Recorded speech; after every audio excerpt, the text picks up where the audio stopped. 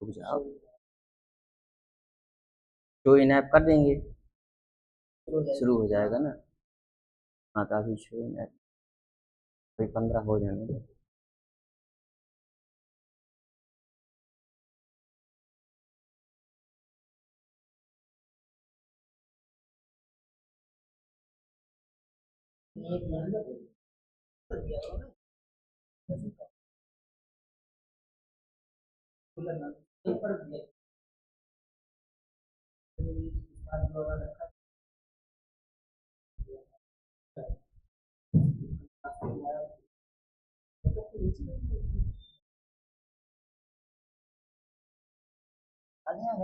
काफी कुछ आ जाते हैं ना, तो आप ठीक है तो फिर उधर से आ जाते हैं। रुक जाओ 3 मिनट। हाँ। अरे नहीं क्या 30-40 मिनट वाह वाह।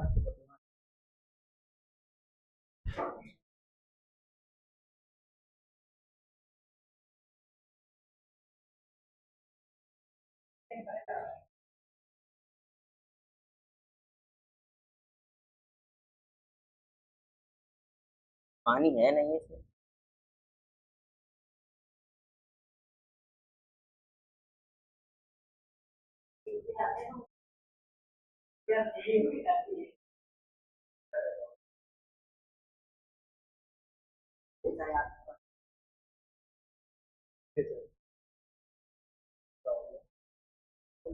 टाइमिंग से और एक दो लेट। हाँ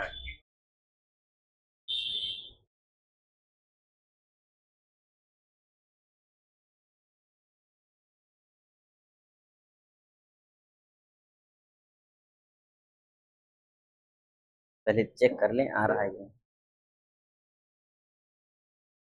ऐप में चेक कर लें, उसमें देखो।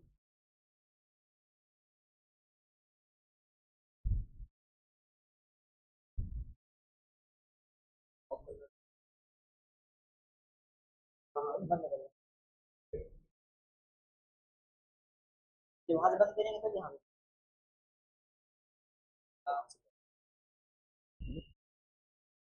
हो गया। बहुत ज्यादा पूरी ऐड लग रही। मीडियम हाई क्वालिटी में लगाया, ज्यादा है हाई क्वालिटी में। अरे सबसे ज्यादा लोड सही बढ़ाते हैं। हाँ क्यों देखिए चल रही है। हाँ ठीक ठीक। अरे ठीक है।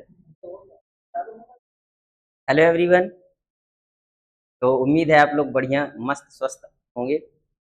तो आज ये हमारी लाइव दूसरी क्लास है, क्लास 10th के लिए केमिस्ट्री का सेशन स्टार्ट किया हुआ था। तो ये हमारी आज क्या है, दूसरी क्लास है।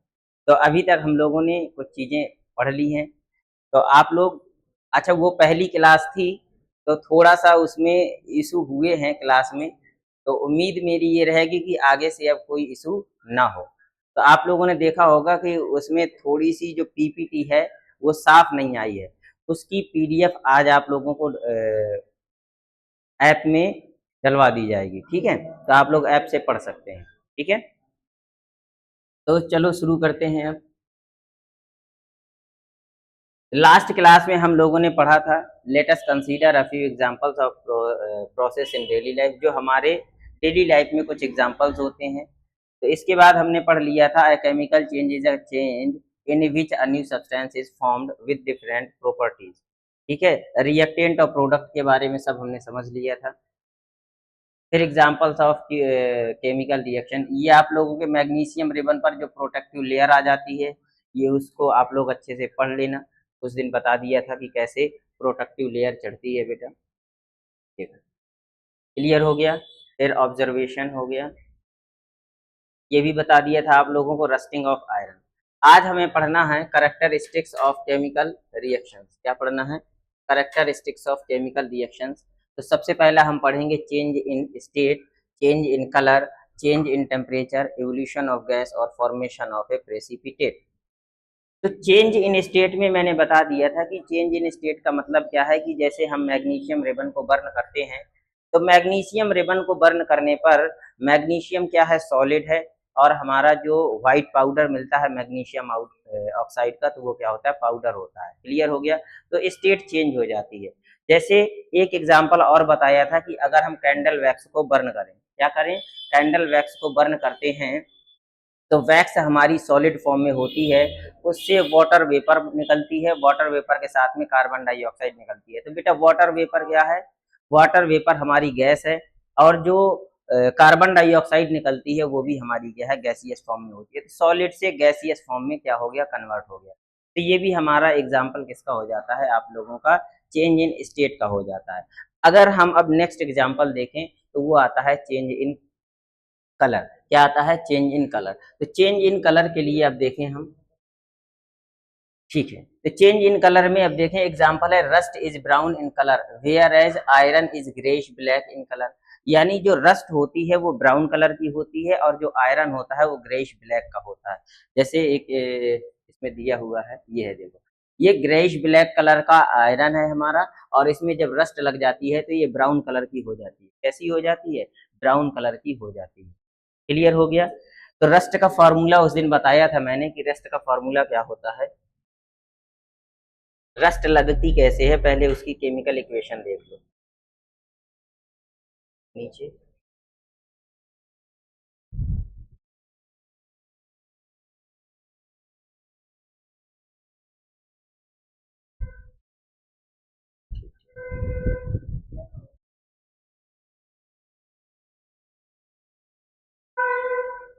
असल में उसमें होता है ना, तो मैं ऊपर भी कर लेता हूँ, ऊपर भी नहीं। देखो इसमें जैसे आयरन में रस्ट कब लगती है, देखो जैसे हमारे पास क्या हो, ऐसी हो, ज्यादा पतला है, देखो, नहीं वो ठीक लिखा है, ऐसे कोई ज्यादा पतला नहीं है ना। तो Fe प्लस हम यहाँ से क्या लेते हैं, 3/2 O2 ले लेते हैं, और प्लस H2O, यानी वेपर। मॉइस्चर के प्रेजेंस में क्या हो जाता है हमारा, ये रस्ट लग जाता है, यहाँ से बनता है Fe2O3 इंटू, अब इसके n मोल ऑफ H2O होते हैं, तो यहाँ पर हो जाएगा NH2। क्लियर हो गया। ये हमारी क्या होती है, रस्ट है, और ये हमारा क्या है, आयरन है। और ये कैसा होता है, ये होता है ग्रेइश ब्लैक कलर का होता है। और ये जो रस्ट बनी हुई है, ये कैसी है, ब्राउन इन कलर है, ब्राउन कलर की। क्लियर हो गया। तो जो इसकी प्रॉपर्टीज होती हैं वो इसकी प्रॉपर्टीज से बिल्कुल डिफरेंट होती हैं, इसी वजह से ये क्या है, ये एक केमिकल रिएक्शन है। क्लियर हो गया। आगे बढ़ें।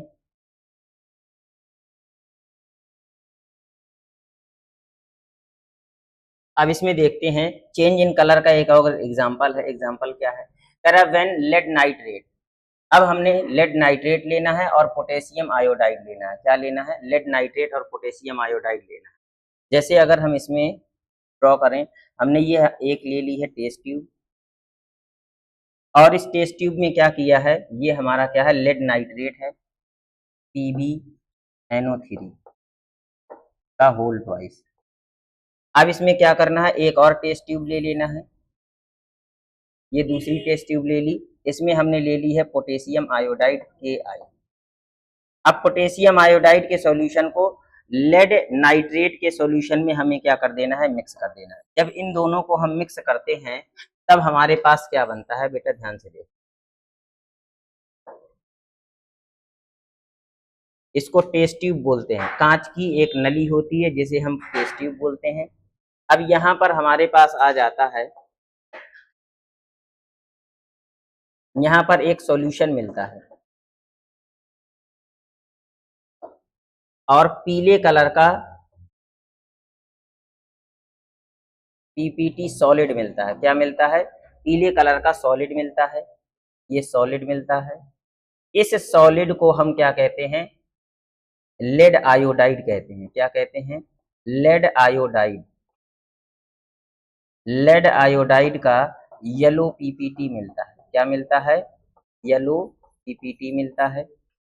और ऊपर क्या मिलता है, कलरलेस सॉल्यूशन मिलता है। क्या मिलता है, ये कलरलेस सॉल्यूशन है, कलरलेस सॉल्यूशन मिलता है। ये कलरलेस सॉल्यूशन किसका होता है? पोटेशियम नाइट्रेट का कलरलेस सॉल्यूशन होता है। क्लियर हो गया? यानी आप लोगों ने देखा कि ये हमारे पास क्या है? कलरलेस सॉल्यूशन है।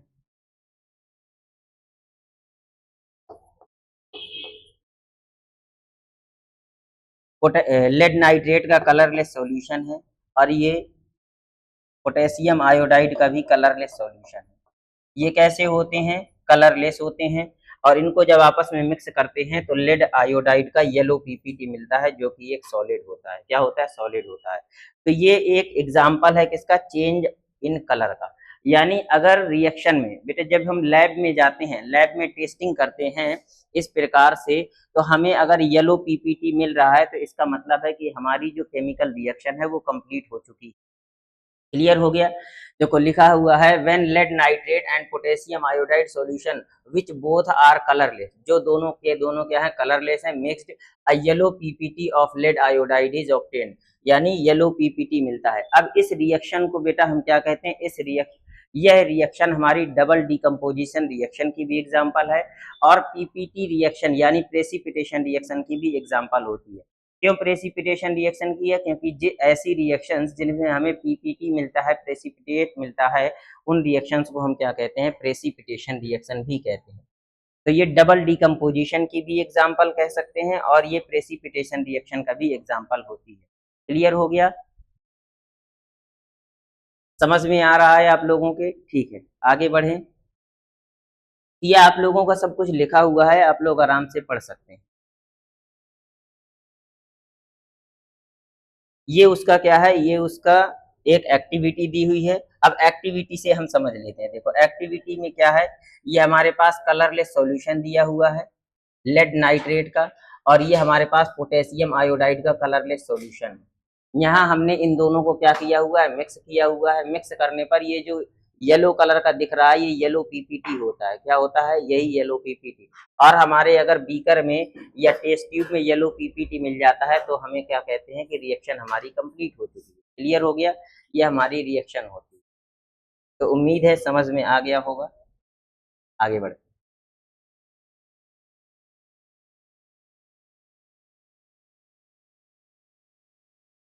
देखो अब क्या कह रहा है? कह रहा है when hydrogen sulphide gas passed through copper sulphate solution. ये हमने कॉपर सल्फेट का फिर वही करेंगे, कॉपर सल्फेट का सॉल्यूशन लेते हैं। ये हमारे पास क्या है? Copper sulphate. तो CuSO4 कॉपर सल्फेट का एक सॉल्यूशन लिया है और दूसरे टेस्ट ट्यूब में हमने क्या लिया है? हाइड्रोजन सल्फाइड गैस ली है।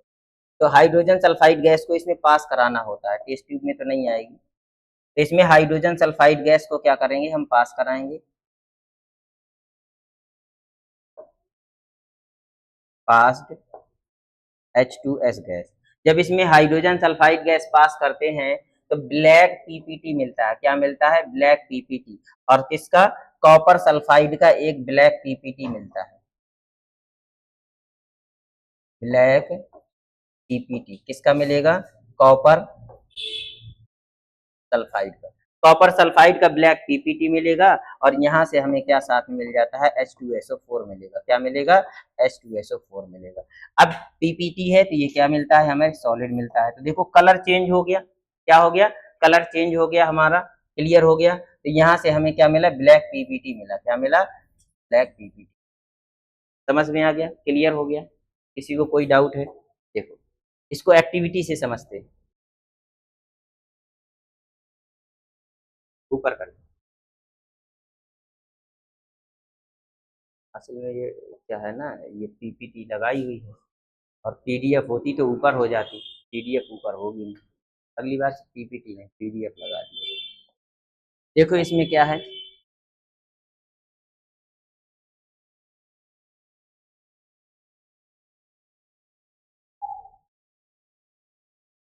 अब इसमें अगर हम देखें ये हमारे पास क्या है? थिसल फनल होती है। बेटा ये जो थिसल फनल है, ये थिसल फनल क्या होती है? एक कीप होती है। फनल मतलब क्या होती है? कीप होती है, जिससे हमें जो लिक्विड डालना होता है वो लिक्विड डालने में आसान हो जाता है। क्या हो जाता है? लिक्विड डालने में आसान हो जाता है। क्लियर हो गया। अब ये हमने एक फ्लास्क लिया हुआ है, क्या है, फ्लास्क है। इसमें क्या है बेटा, ध्यान से देखो, हमारी रिएक्शन तो यहाँ से है, कहाँ से है, यहाँ से। इसको हमने क्यों किया है, क्योंकि ये जो आयरन सल्फाइड है, आयरन सल्फाइड को हम H2S, अब इधर देखो ये H2S गैस इवॉल्व हुई है, आयरन सल्फाइड है, क्लियर हो गया। यहाँ सल्फ्यूरिक एसिड दिया हुआ है। तो अब जब हम ये जो ब्लैक है ना, ये जो ब्लैक ब्लैक दिया हुआ है, ये क्या है, ये हमारा आयरन सल्फाइड है, क्या है, आयरन सल्फाइड है। और इसमें H2SO4 घुला हुआ है, क्या है, H2SO4 मिला दिया है। तो जब आयरन सल्फाइड में H2SO4 को हम क्या करते हैं, मिक्स करते हैं या डालते हैं, तो यहाँ से हाइड्रोजन गैस इवॉल्व होती है। अब इसी हाइड्रोजन गैस को हमें किसमें करना है, कॉपर सल्फेट के सॉल्यूशन में, इसमें कॉपर सल्फेट के सॉल्यूशन में पास कराना होता है। जब कॉपर सल्फेट के सॉल्यूशन में पास कराएंगे तो यहाँ से हमें क्या मिलेगा, ये आप लोगों को दिखाई दे रहा होगा, ब्लैक पीपीटी मिलता है। ये ब्लैक पीपीटी है, ये जो ब्लैक कलर का दिख रहा है, ये ब्लैक पीपीटी होता है।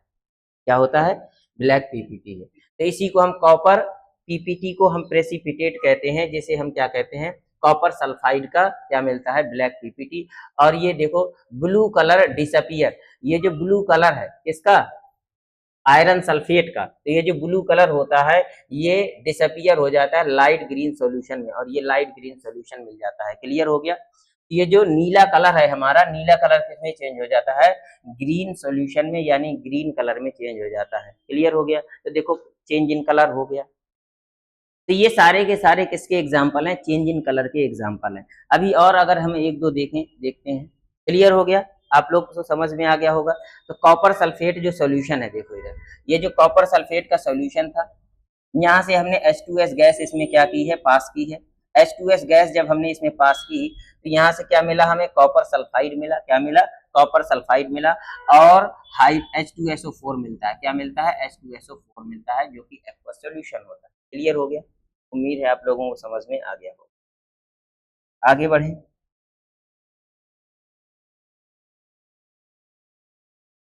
तो ये एक्टिविटी है, एग्जाम में बेटा एक्टिविटी भी पूछता है, ठीक है।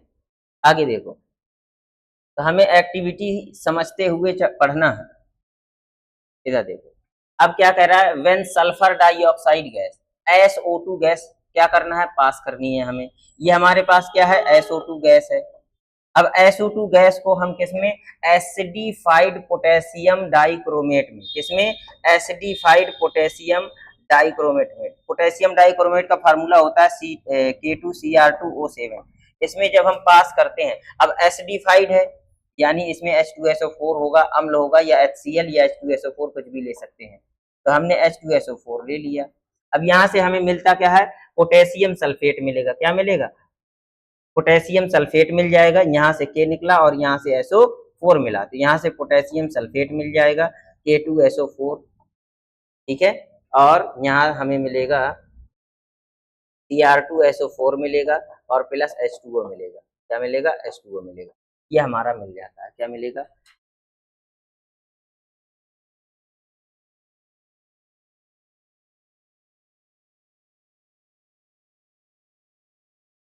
Cr2SO4 का होल थ्राइस मिलेगा, ठीक है।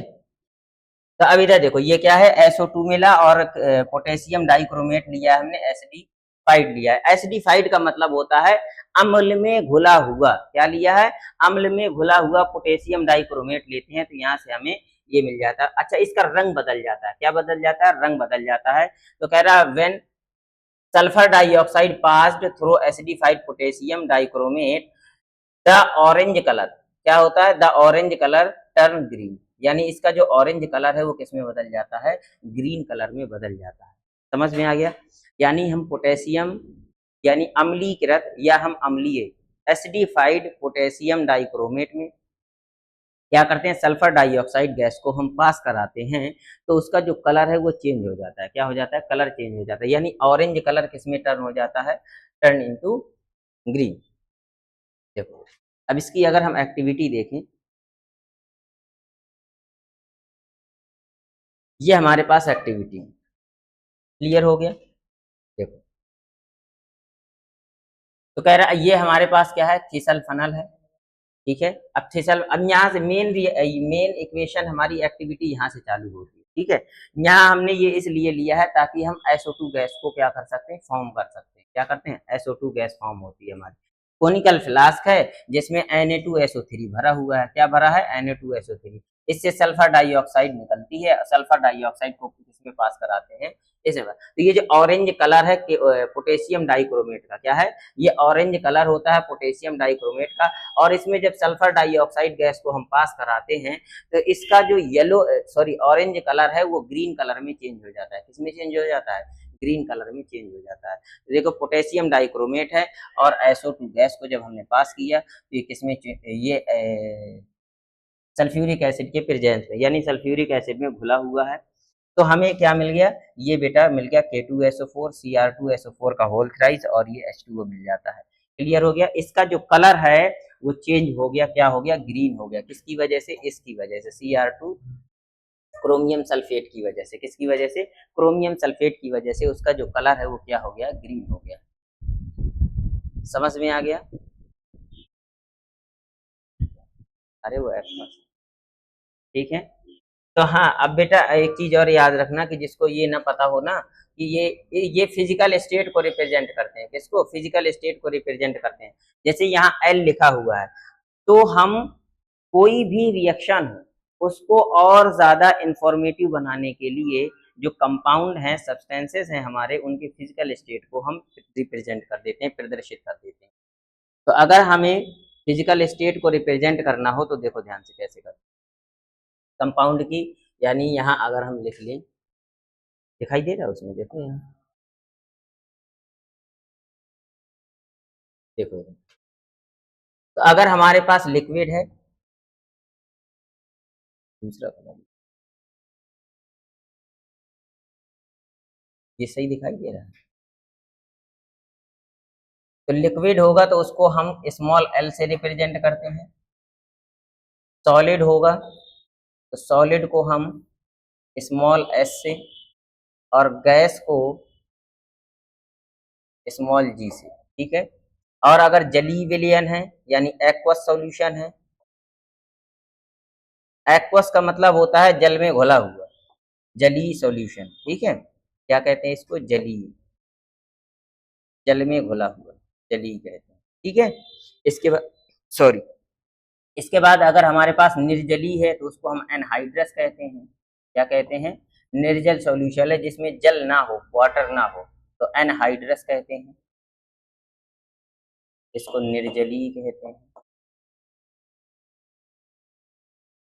ठीक है, ये हो जाएगा हमारा एनहाइड्रस।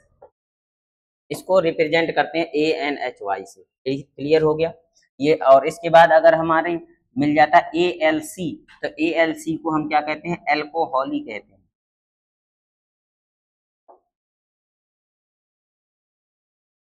एल्कोहलिक। ठीक है, इसको रिप्रेजेंट करते हैं ALC से। क्लियर हो गया। अगर हमारे पास लिखा हुआ मिलता है DIL, नहीं लिखा हुआ मिलता है तो हमें लिखना पड़ता है, क्योंकि रिप्रेजेंट भी तो करना पड़ेगा। तो यहाँ से इसका मतलब होता है डाइल्यूटेड। ठीक है। और अगर CON या CONC ये मिलते हैं हमें तो इसको हम कहते हैं कंसंट्रेटेड, कंसंट्रेटेड। क्लियर हो गया। और अगर हमारे पास ETH लिखा मिल जाए, क्या मिल जाए, ETH, तो इसे हम कहते हैं एथेनॉलिक। क्या कहते हैं, एथेनॉलिक, यानी एथेनॉल में घुला हुआ एथेनॉल। ये आप लोगों को फिजिकल स्टेट रिप्रेजेंट करनी होती है, उसको पता चल जाता है कि कौन कैसा है। क्लियर हो गया, इसको नोट कर लो आप लोग। ये दिखाई दे रहा है ना, कलर ठीक है। हाँ, अंदर होता नहीं।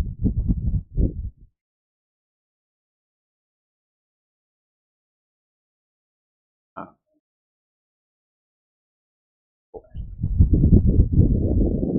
आया नहीं आया, देख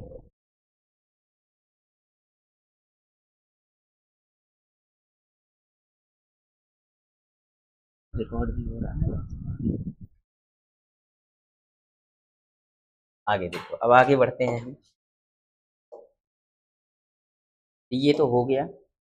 अब हम पढ़ते हैं चेंज इन टेम्परेचर। क्या पढ़ते हैं? तो ये हमारे क्या थे, पहला हमारा हो गया। और सर जी नींद आ रही है क्या? तो पहला हमने पढ़ा change in state, change in state, ठीक है, ये हमारा हो गया। दूसरा कैरेक्टरिस्टिक्स है हमारा change in colour, change in colour, और ये भी हमने फिनिश कर दिया। अब तीसरा आया कैरेक्टरिस्टिक्स हमारा change in temperature, change in temperature, ठीक है। अब चेंज इन टेम्परेचर में हमें क्या करना है, देखो पहले समझ लो। इसमें खाली पेज छोड़ने चाहिए हमें, है ना सर? गलती से मिस्टेक हो गई है। हाँ, एक खाली पेज छोड़ दें, समझाने में सही है। अगली बार से चलो, अब धीरे धीरे समझ में आएगा कहाँ कहाँ समस्याएं हो रही हैं। देखो चेंज इन इसमें चेंज इन कलर में क्या है, तो थोड़ा सा नीचे कर, नीचे होगा नहीं, ये बड़ी समस्या है, ऊपर दिखाई दे रहा है, ठीक है। चेंज इन टेम्परेचर में देखो बेटा ध्यान से, चेंज इन टेम्परेचर में क्या हो जाएगा हमारे पास कि अगर हम यहाँ पर एक फ्लास्क ले लेते हैं, क्या लेते हैं, हमने एक फ्लास्क ले लिया, और अगर हम CaO, इसको कहते हैं कैल्शियम ऑक्साइड, क्या कहते हैं, कैल्शियम ऑक्साइड कहते हैं, ठीक है। अब इस कैल्शियम ऑक्साइड जो कि हमारा कैसा होता है, सॉलिड है, कैसा है, सॉलिड है, तो यहाँ स्मॉल एस लिख, क्लियर हो गया। अब ये कैसा है, इसे हम कैल्शियम ऑक्साइड तो कहते हैं, लेकिन इसे हम कहते हैं क्विक लाइम। क्या होता है इसका, क्विक लाइम, नॉर्मल नेम है इसका क्विक लाइम, ठीक है। आज एडजस्ट कर लो, नेक्स्ट क्लास से थोड़ा सा ये दिक्कतें सब रिजॉल्व हो जाएंगी। अब इधर देखो, ये हमने H2O लिया लिक्विड, अब इसको हमने H2O में घोल दिया है। जब इसको H2O में घोलेंगे तो यहाँ से हमें मिलेगा CaOH का होल ट्वाइस, क्या मिलता है, CaOH का होल ट्वाइस मिलता है। और ये कैसा होता है, ये एक्वस होता है, जल में घुला हुआ, जलीय। तो इसको हम कहते हैं कैल्शियम हाइड्रोक्साइड, क्या कहते हैं, कैल्शियम हाइड्रोक्साइड, क्लियर हो गया। और इस कैल्शियम हाइड्रोक्साइड को हम सेलेक्ट लाइम कहते हैं, क्या कहते हैं, सेलेक्ट लाइम कहते हैं। तो एग्जाम में बेटा यही क्विक लाइम और सेलेक्ट लाइम लिख के आता है, समझ में आ गया, उसका केमिकल नेम लिख के नहीं आता है। अब आप लोग ऑब्जर्व करोगे कि जिस फ्लास्क में हम इसको कैल्शियम ऑक्साइड को क्या करते हैं, डिजोल्व करते हैं वाटर में, तो यहाँ से हीट निकलती है, क्या निकलती है, हीट निकलती है। यानी अभी इसका जो टेम्परेचर होता है वो नॉर्मल होता है जिस बर्तन में इसको घोलते हैं, फ्लास्क में। अब इस बर्तन का, यानी जिसमें हमने कैल्शियम ऑक्साइड को घोल दिया है, अब इसका टेम्परेचर क्या होगा, जब हम उसको टच करेंगे तो इसका टेम्परेचर इंक्रीज हो चुका होगा, वो गर्म महसूस होगा। कैसा महसूस होगा, गर्म महसूस होगा। आप लोगों ने घर में भी ट्राई किया होगा, या फिर दुकानदारों के पास आप लोगों ने जरूर ऑब्जर्व किया होगा, जब दुकानदार चूना को क्या करता है, फुलाता है पानी में डाल करके, तो उसमें आप लोगों को एक बुदबुदाहट की आवाज आती है, उबलने लगता है अपने आप, और हीट निकलती है कि नहीं निकलती है, देखा होगा आप लोगों ने। तो ये जो हीट है, इसी को कहते हैं चेंज इन टेम्परेचर। पहले कैसा था, नॉर्मल टेम्परेचर था, अब टेम्परेचर क्या हो गया, इंक्रीज हो गया, क्या हो गया, इंक्रीज। तो इसे हम कहेंगे चेंज इन टेम्परेचर, टेम्परेचर में चेंजमेंट हो गया है।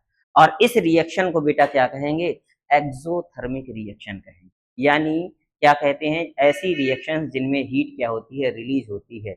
यानी कहेंगे such reactions heat is release is called exothermic reaction. तो ऐसी रिएक्शन जिसमें हीट रिलीज होती है, उस रिएक्शन को हम क्या कहते हैं, उस रिएक्शन को हम एक्सोथर्मिक रिएक्शन कहते हैं। और जिसमें हीट एब्जॉर्ब होती है, ऐसी रिएक्शन को हम क्या कहते हैं, एंडोथर्मिक रिएक्शन कहते हैं। क्लियर हो गया, समझ में आ गया होगा। इसका एक एग्जाम्पल और लेते हैं, वो एग्जाम्पल क्या है,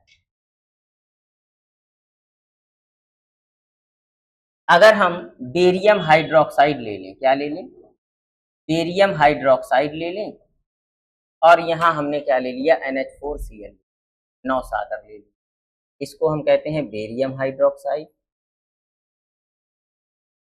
बेरियम हाइड्रोक्साइड,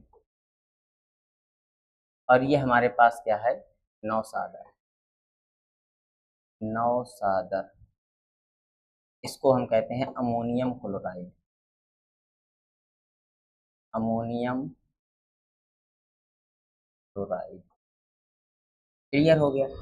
तो अब यहाँ से बनेगा क्या, यहाँ से हमारा बनेगा, बेटा ध्यान से देखो, ये सब हमें क्या करना पड़ता है, हमें सिर्फ ये स्टेटमेंट याद करने पड़ते हैं। क्या याद करते हैं, ये सिर्फ एग्जाम्पल याद करने पड़ते हैं, इसके बाद हमें कुछ नहीं करना पड़ता है। जैसे एग्जाम्पल में अगर हम देख लें, एग्जाम्पल में अगर हम देखें, ये देखो, ये आपका क्या है, बिफोर एडिंग वाटर क्विकलाइम है। क्विकलाइम को जब हमने ऐड किया है तो यहाँ से हमें क्या मिला है, quicklime react with water form, और आफ्टर एडिंग वाटर क्विकलाइम देखो हीट निकल हमारी, यही समझाया है हमने। ठीक है, आगे देखो, आगे क्या है, वेन, अच्छा ये जिंक ग्रेन्यूल्स का है,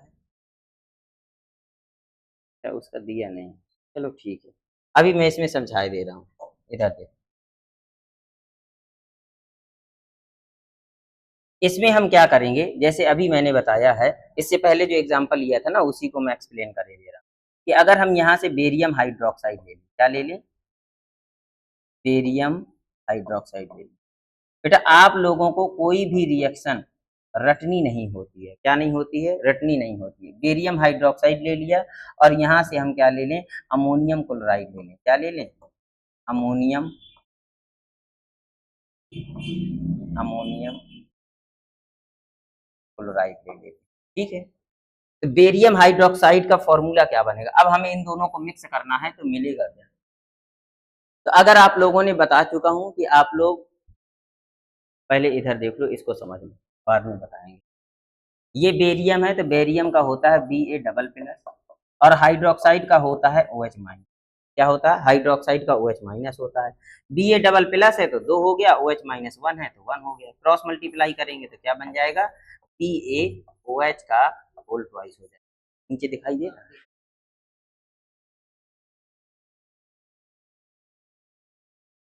अब इधर देखो, अब हमारे पास है अमोनियम क्लोराइड है, तो अमोनियम क्लोराइड का क्या होता है, अमोनियम का होता है NH4+, ये है पॉलीएटॉमिक आयन, और क्लोराइड का होता है Cl-, इसके पास एक प्लस एक रखो, इसके पास एक माइनस एक रखो, क्रॉस मल्टीप्लाई करेंगे तो ये बन जाएगा NH4 और Cl बन जाएगा। क्लियर हो गया। अब ये दोनों आपस में जब रिएक्ट करते हैं तो बेटा आयन ही तो एक्सचेंज होते हैं, अब इसका आयन इसके पास, इसका आयन इसके पास, तो यहाँ से हमें मिल जाएगा, यानी Cl किसके पास जाएगा, Ba के पास, तो यहाँ हमें मिलेगा Ba। अच्छा प्लस वाला हमेशा पहले लिखते हैं और माइनस वाला हमेशा बाद में लिखते हैं, तो इसके पास 2 है, इसके पास 1 है, जब हम क्रॉस मल्टीप्लाई करेंगे तो ये क्या बन जाएगा, BaCl2 बन गया, क्या बन गया, BaCl2 बन गया प्लस। अब क्या बनेगा हमारे पास, अब हमारे पास है NH4 और OH, क्या बन गया, NH4 प्लस और OH माइनस, ये हमें मिल गया NH4 और, क्लियर हो गया। तो यहाँ से हमें मिला बेरियम क्लोराइड।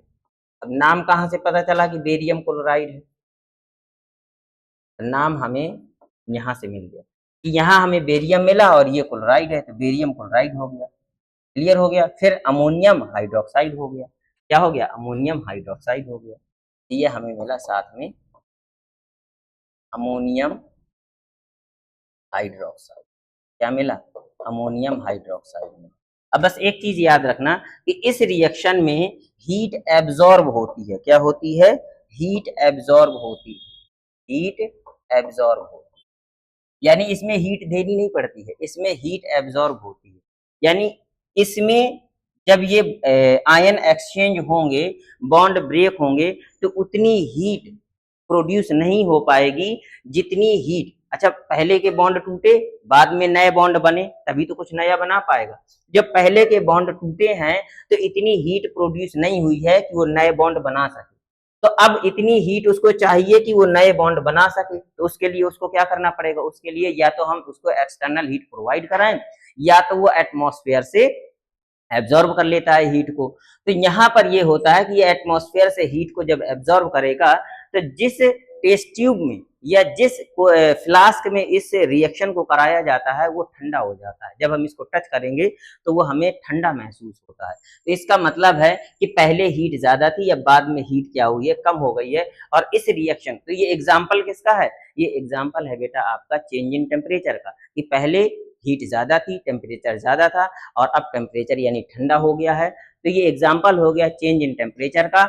और ये जो रिएक्शन है, इस रिएक्शन को हम एंडोथर्मिक रिएक्शन भी कहेंगे। क्यों? क्योंकि हीट एब्जॉर्ब हो रही है। तो ये हमारी एंडोथर्मिक रिएक्शन का भी एग्जाम्पल हो गया। क्लियर हो गया एंडोथर्मिक रिएक्शन का एग्जाम्पल। तो उम्मीद है आप लोगों को समझ में आ रहा होगा। अब आगे देख लो इसमें, कह रहा है व्हेन जिंक ग्रेन्युल्स रिएक्ट, जब जिंक ग्रेन्युल्स क्या करते हैं, जब जिंक ग्रेन्युल्स रिएक्ट करते हैं with dilute sulphuric acid, sulphuric acid की जगह हम डाइल्यूट HCl अम्ल का भी यूज कर सकते हैं, एसिड हाइड्रोक्लोरिक एसिड का भी यूज कर सकते हैं। तो हमारे जो बीकर होता है वो बीकर क्या हो जाता है, गर्म हो जाता है। क्या हो जाता है, बीकर गर्म हो जाता है। तो अभी बताया जैसे हमारे पास ये जिंक ग्रेन्युल्स है, ये हमारे पास एक कोनिकल फ्लास्क होता है। क्या होता है, ये एक कोनिकल फ्लास्क है।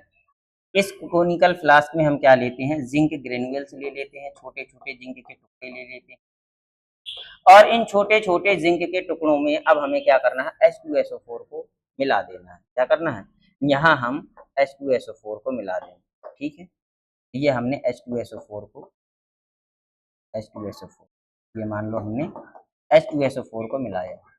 क्लियर हो गया। तो अब हमें यहाँ से क्या मिलेगा, ये देखो जिंक और प्लस H2SO4, तो यहाँ से हमें मिलेगा जिंक सल्फेट मिलेगा। क्या मिलेगा, जिंक सल्फेट। क्यों जिंक सल्फेट मिलेगा, क्योंकि जिंक के पास डबल प्लस होता है और सल्फेट आयन एक्सचेंज हो जाएंगे ना, तो सल्फेट के पास डबल माइनस हो गया, तो दो इसके पास और दो इसके पास, दो से दो कैंसिल हो जाएगा, तो एक एक बचा, क्रॉस मल्टीप्लाई करेंगे, जितने प्लस उतने माइनस, तो यहाँ से मिल जाएगा हमें जिंक सल्फेट मिल जाएगा। क्या मिलेगा, जिंक सल्फेट मिला। और साथ में हमारे पास ये क्या मिली, हाइड्रोजन गैस मिली। क्या मिली, हाइड्रोजन गैस मिली। इस ऊपर का एरो का मतलब है कि ये गैस है, और अगर नीचे का एरो बना हो तो बताया था मैंने कि उसको हम पीपीटी कहते हैं, सॉलिड बनता है। जब सॉलिड बनता है तो हम नीचे को एरो करते हैं, और जब गैस बनती है तब हम ऊपर का एरो करते हैं, या तो आप उसके बगल में जी लिख भी सकते हैं। क्लियर हो गया, समझ में आ गया। तो ये हमारा जो बीकर होता है वो गर्म हो जाता है, यानी ये जो फ्लास्क है ना, तो क्या हो जाएगा, हॉट इन टच, यानी जब इसको टच करेंगे, हॉट इन टच, जब इसको टच करेंगे तो ये गर्म महसूस हो। इसका मतलब है कि ये एक्सोथर्मिक रिएक्शन है। साथ में हमें क्या मिली है, हीट भी मिली है। क्या मिली है, साथ में हमें हीट भी मिली। समझ में आ गया, क्लियर हो गया।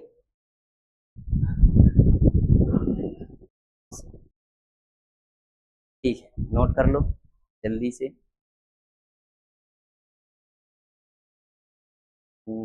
आओ आ रहा है, लंबी क्लास में वो बफर करने लगा।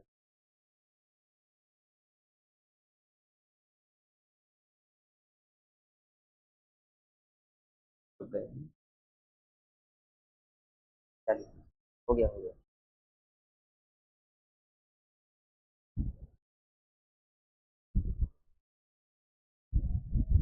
दीपक सर बफरिंग करने लगा। अरे मतलब नेट स्लो हो जाता है, पता नहीं क्या, नॉर्मल ही है। चलो आगे देखो। ठीक है, तो ये है हमारी एक्सोथर्मिक रिएक्शन। एक्सोथर्मिक रिएक्शन अभी बताई है मैंने कि एक्सोथर्मिक रिएक्शंस क्या होती हैं, जिनमें हीट रिलीज होती है, और एंडोथर्मिक रिएक्शन क्या होती है, जिसमें हीट, हाँ, तो एंडोथर्मिक रिएक्शन क्या होती है। अच्छा, इसके बारे में बेटा ध्यान से सुनो। ये जो एग्जाम्पल थे हमारे चेंज इन टेम्परेचर के, अब दो एग्जाम्पल और बचे हैं हमारे पास। तो दो एग्जाम्पल बचे हुए हैं, हाँ, तो हमने दो एग्जाम्पल बचे हुए। पहला एग्जाम्पल है कि evolution of gas, evolution of gas, ठीक है। अच्छा, इसका एग्जांपल एक तो पढ़ ही लिया हमने, जिंक ग्रेन्युल्स लिया है। जिंक ग्रेन्युल्स में जब H2SO4 को हम डिसॉल्व करते हैं तो हाइड्रोजन गैस निकलती है, तो ये दोनों का एग्जांपल हो जाएगा। और दूसरा हमारा बचा है फॉर्मेशन ऑफ पीपीटी। क्या बना है? Formation of PPT. तो आप फॉर्मेशन ऑफ पीपीटी अगर नहीं भी पढ़ेंगे ना, तो इतने सारे एग्जाम्पल मैंने पहले बता चुके हैं। लेड नाइट्रेट वाला चेंज इन कलर में सारे के सारे क्या थे? पीपीटी ही तो बन रहा था, कॉपर सल्फाइड। और जो तुम्हारा सल्फर डाइऑक्साइड है, तो ये सब क्या हो रहा था? ये इसमें पीपीटी के ही एग्जाम्पल थे। क्लियर हो गया? समझ में आ गया? तो अब बाकी की क्लास बेटा ये दोनों एग्जाम्पल मैं नेक्स्ट क्लास में कवर कर लूंगा। ठीक है, बस पढ़ते रहो जबरदस्त तरीके से। मिलते हैं अगली क्लास में।